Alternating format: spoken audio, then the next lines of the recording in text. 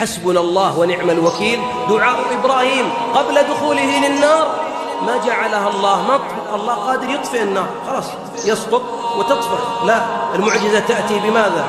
قلنا يا نار كوني بردا وسلاما. يا سبحان الله، يعني نواميس الكون